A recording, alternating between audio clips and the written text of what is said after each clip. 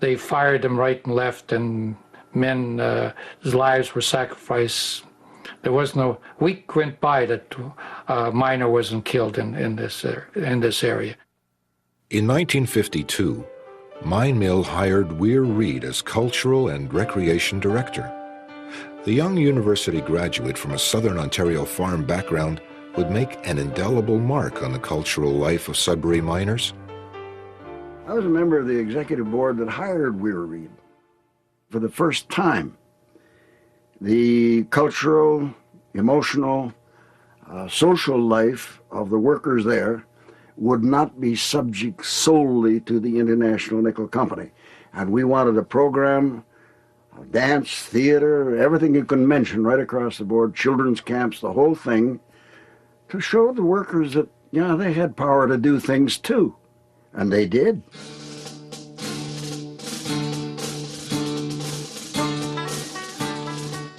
Weir Reed organized concerts, produced local theater, created cultural programs for miners' children. He had ideas that were astronomical. He was way out in 10-league boots in front of everyone about what culture was, how important it was, how children were important, and training kids. Good man.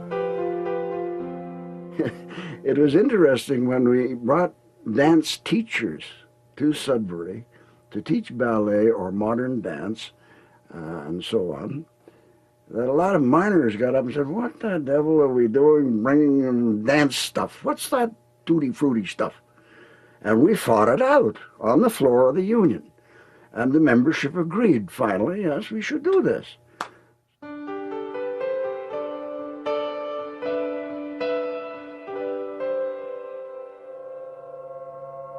The first hint of future trouble for Weir Reed came in 1954.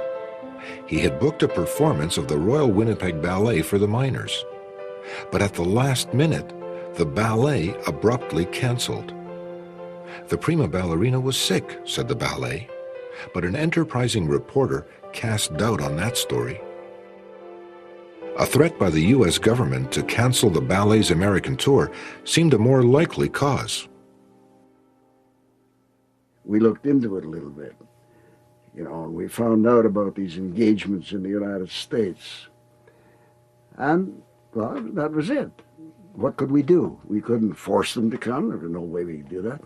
All we could do was say to the people, we have been deprived of the right of viewing Canadian artists here in our own hall in Sudbury by forces outside. Weir Reed's real troubles began when he and the union were attacked in a series of savage and libelous newspaper articles published in 1959. Somebody said communism, it scared the hell out of you, right? So here somebody goes around and says, there's a communist here and there's a communist there and there's a communist running your union. You start to think, well, geez, now we got another Joe Stalin. Is it guns tomorrow and am I out of business? You know what I'm saying? After a bitter strike, the union executive that hired Weir Reed lost to a rival slate. Reed was fired. He sued the newspaper, eventually winning a settlement for those false stories about him, but life in Sudbury afterwards was difficult and painful for the Reed family. I was terrified for my family and my children. They'd be beaten up at school, oh, you're a commie. And, I don't think they knew what the word meant. They were very, very frightening times. You had people calling you up on the phone late at night, calling you all kinds of names, telling you you were going to get beaten up. My sister was beaten up in the classroom at the school just across the street from our house, and she could have had some serious injuries from it.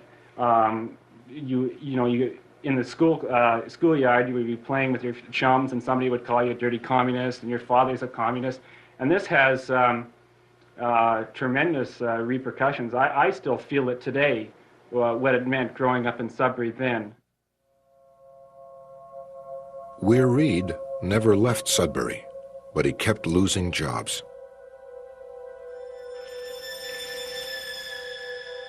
One time, a prospective employer wrote candidly that the decision not to hire him was essentially political. A familiar pattern had reappeared. I just find it very difficult to talk about it. Because I'm no longer the person that I used to be, don't think.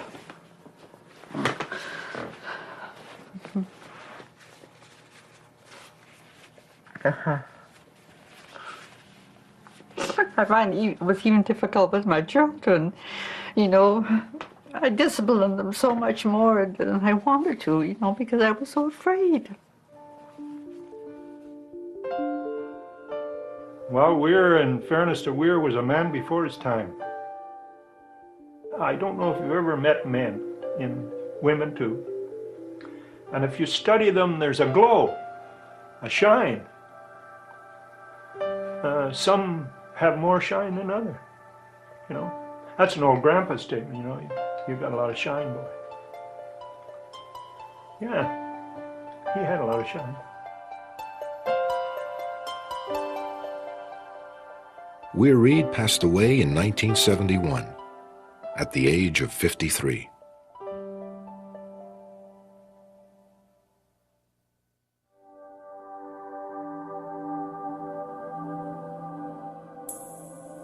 During the Cold War, security screening was applied to immigrants. The RCMP had interviewed my father before he came to Canada. But some time after he came to this country, the RCMP concluded he had the wrong associations. When he applied for citizenship in 1956 and again in 1960, he was rejected without explanation.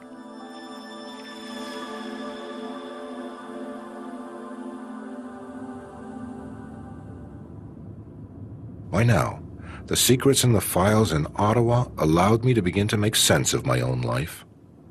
My father was a stateless refugee from the Holocaust when he arrived. His being labeled a security risk meant we were denied Canadian citizenship while I was growing up.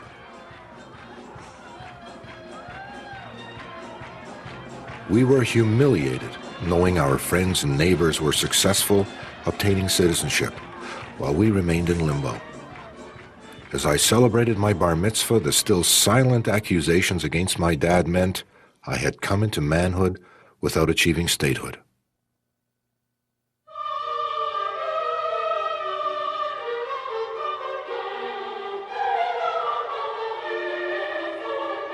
In the Quebec of my youth, Maurice Duplessis ruled that province with an iron fist. During the Cold War, anti-communism acquired the status of a secular religion. We don't stand for that in Quebec. We're consistent, we're logical. And we say that there is no place in Quebec for traitors, whether they're communists or anything else. In this authoritarian climate, Duplessis practiced a politics of patronage and preached fear of communists and unions. But that didn't deter trade union organizer Madeleine Parent from fighting for workers' rights. Duplessis and the employers had got used to knowing that men would organize, especially in the large centers and especially in Montreal.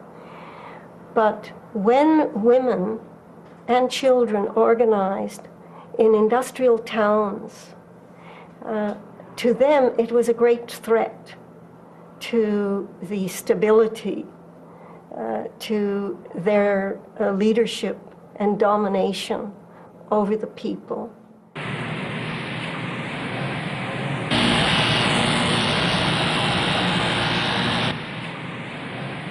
The textile industry was one of Quebec's largest and most profitable. But wages were low and conditions harsh. During the 1940s, a worker could earn under $20 for every 2 weeks of work. But the owners had Duplessis on their side. Textile union struggles were documented by Quebec filmmaker Denis Arcand, who noted the repressive measures aimed at Parent even then. I had the feeling that their phone was tapped, that her mail was probably read, and stuff like that. So it was really bizarre, because I had no idea that this existed in Canada. And it was eerie. It was an eerie feeling. They spread about the story that I had been dropped in the Gulf of St. Lawrence from a Russian submarine. And I had to go around for years with my birth certificate. I was born in Montreal, baptized in the Church of Saint Louis de France, just to prove that I didn't come off a Russian submarine.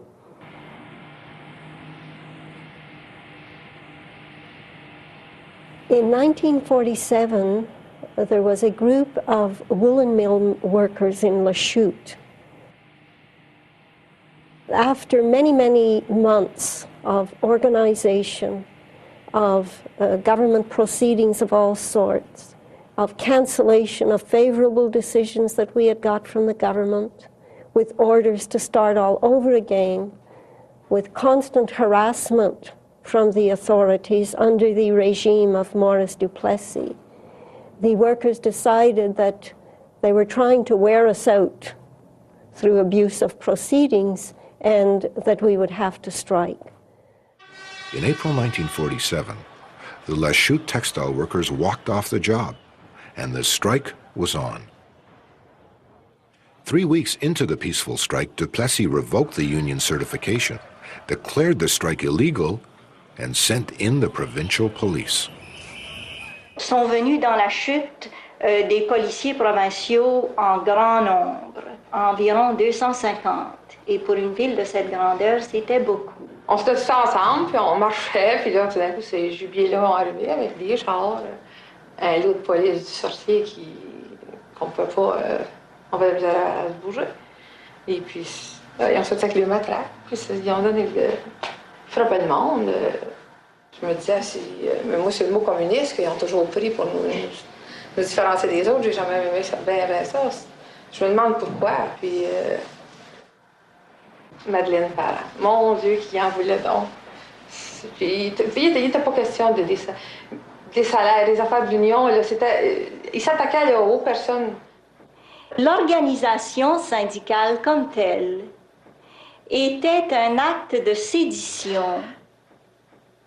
And seditious conspiracy was the charge against Madeleine Parent and others. Duplessis personally supervised the case. The accused, he said, were threatening state security, creating trouble, and hate against public order. The trial was a sensation, garnering news headlines inside Quebec and out. When first arrested, Parent was jailed in Lachute's smallest cell. There was a very small jail in Lachute, and within that jail, there was a cage where they put mad dogs when they had them. And so they put me in the cage. Now, I could stand up in it, but that was about all. There was a rack, a spring rack to serve for a bed, but there was no mattress or blanket. I knew it was Duplessis' way of dealing with things and trying to frighten you. The jury, intimidated by Duplessis' henchmen, convicted Parent. She appealed. The original trial was invalidated on a technicality, but the charges remained on the books. But Duplessis would not prosecute again and would not withdraw the charges. Determined not to have the charge hanging over her head, Parent pressed year after year for her day in court. So they kept that charge dangling over our heads like a sword of Damocles for 8 years, until in 1955 in the autumn, Judge Carroll was the one to sit in the court of the Assizes of St. Jerome.